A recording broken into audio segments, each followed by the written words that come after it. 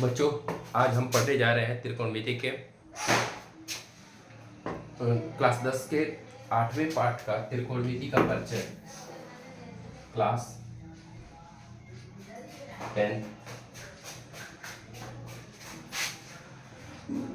का पाठ 8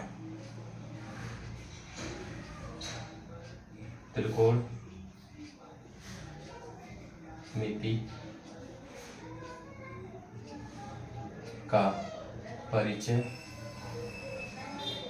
चैप्टर 8 त्रिकोणमिति का परिचय चैप्टर पढ़ने जा रहे हैं, जिसके बारे में हमें कुछ बेसिक कॉन्सेप्ट याद होने चाहिए।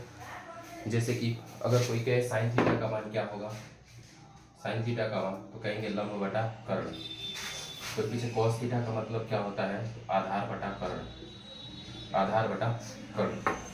टेन थीटा का मतलब कोई पूछे तो इसका मतलब होता है लंब बटा आधार। जबकि साइन थीटा का उल्टा, साइन थीटा का उल्टा जो होता है, उल्टा ये कोसेक थीटा होता है। कोसेक थीटा अगर कोई पूछता है आपसे तो आप ये कर्ण बटा लंब बताइए। इसी का उल्टा कर्ण बटा लंब, कर्ण बटा लंब। जबकि कॉस थीटा का उल्टा, कॉस थीटा का उल्टा सेक थीटा होता है, और सेक थीटा का मान आधार बटा कर्ण है, तो ये कर्ण बटा आधार हो जाएगा, कर्ण बटा आधार।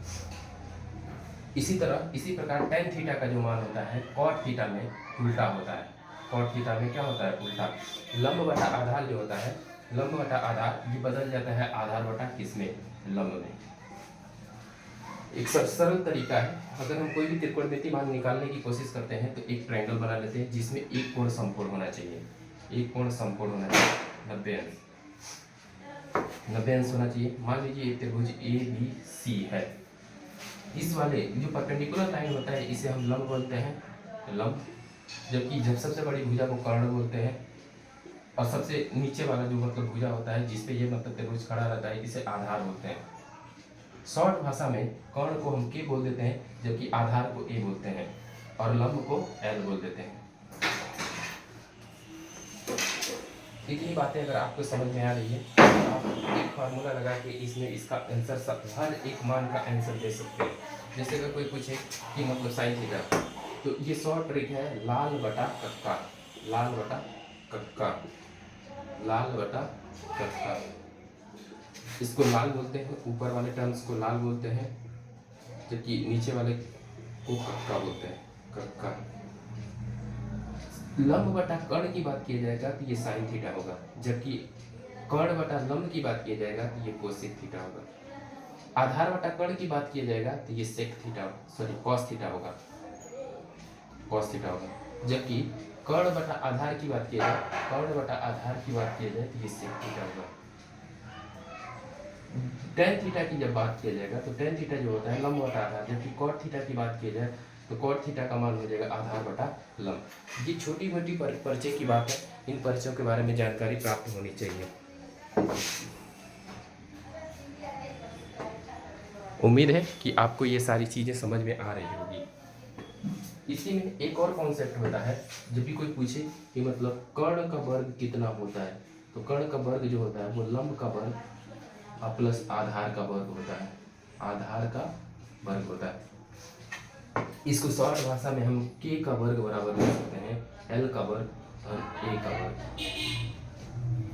अगर ये बातें आपको समझ में आ रही है तो लाइक और कमेंट प्लस शेयर कीजिए। आगे चलते हैं, आगे की बात करते हैं।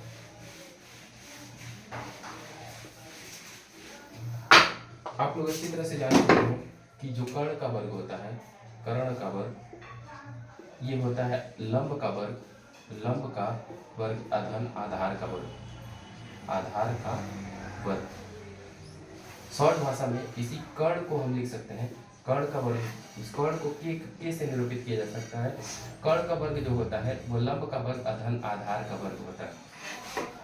अब हमेशा क्वेश्चन में आपसे किसी दो को देकर एक पूछ लिया जाएगा, तो हमेशा पर्टिकुलर अगर हम कर्ण को निकाल सकते हैं। इसी तरह लंब का मान अगर कोई पूछे, लंब का स्क्वायर, तो बड़े वाले भुजा का स्क्वायर, बड़ा कौन है, कर्ण, कर्ण का स्क्वायर में से जो तीसरा भुजा है उसके वर्ग को घटा देंगे, या इसी को डायरेक्ट बोल दिया जाता है रूट में कर्ण का स्क्वायर माइनस ए का किसका वर्ग, ए का स्क्वायर। सेम टू सेम अगर कोई पूछे आधार का वर्ग बताइए, तो आधार का वर्ग मतलब बड़ी भुजा के वर्ग में से छोटी भुजा जो जो भी लंबाई है, लंबाई का वर्ग को घटा देंगे, तो ये कितना हो जाएगा, आधार का वर्ग, आधार का वर्ग सॉरी आधार जो हो जाएगा रूट में के का स्क्वायर माइनस एल का स्क्वायर।